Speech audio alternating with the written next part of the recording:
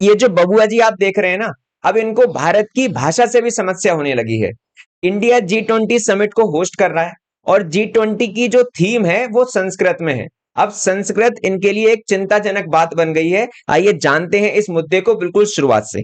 देखिए, आपने कुछ इस प्रकार के आर्टिकल देखे होंगे, China play spoil sport opposes वसुदेव कुटुंबकम इन G20 डॉक्यूमेंट्स।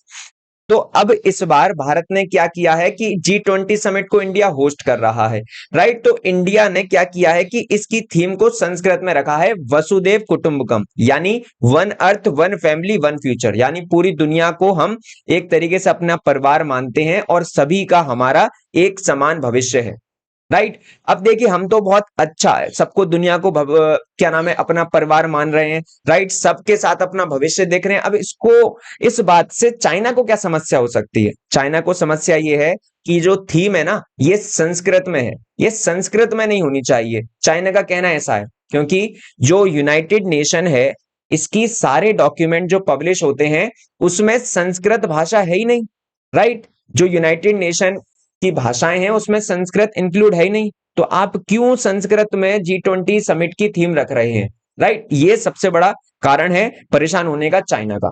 तो अब थोड़ा सा G20 के बारे में समझते हैं। G20 में दुनिया के बहुत शक्तिशाली और पैसे वाले देश होते हैं। टोटल इसमें 20 देश हैं, राइट। अब देखिए, ये जो 20 देश, Argentina, Australia, Brazil, Canada, China, France, Mexico, Japan, Italy, Indonesia, India, Germany और जितने भी आप अपने सामने देश देख रहे हैं, ये सब G20 में आते हैं। G20 ग्रुप का काम यह है कि दुनिया के अंदर फाइनेंशियल स्टेबिलिटी को मेंटेन करके रखना, और दुनिया की लगभग 85% जीडीपी को होल्ड करता है ये ग्रुप। इसमें जो 20 देश हैं, दुनिया की 85% आर्थिक व्यवस्था को होल्ड करके रखा हुआ है। और पॉपुलेशन की बात करें तो लगभग 2/3 पॉपुलेशन है इन देशों में दुनिया की, राइट। अब ये चर्चा कर लेते हैं कि किस प्रकार से इंडिया की जो थीम है उसका क्या चर्चा है, क्या मुद्दा है, और चाइना क्यों परेशान हो रहा है। तो यदि आप गूगल पर सर्च करेंगे G20 तो आपको कुछ इस प्रकार की वेबसाइट दिखेगी, राइट। यहां पर कंट्रीज के फ्लैग और ये सारी चीजें देखने को मिलेगी। तो यहां पर आपको देखो स्वागतम ऐसे शब्द देखने को मिलेंगे कुछ जो संस्कृत के हैं।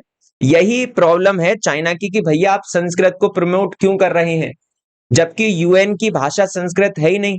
उसमें अब कौन सी भाषा है ये भी जान लीजिए आप। देखिए, टोटल 6 ऑफिशियल लैंग्वेजेस हैं जिसमें यूनाइटेड नेशन अपनी रिपोर्ट को पब्लिश करता है। कौन कौन सी भाषा है? अरेबिक है, चाइनीज है, इंग्लिश है, फ्रेंच है, रशियन है और स्पेनिश है। आप सोचिए कि इंडिया की पॉपुलेशन देखिए कितनी बड़ी पॉपुलेशन है, राइट। अब इसमें हिंदी बोलने वाले लोग कितने होंगे? बहुत ज्यादा।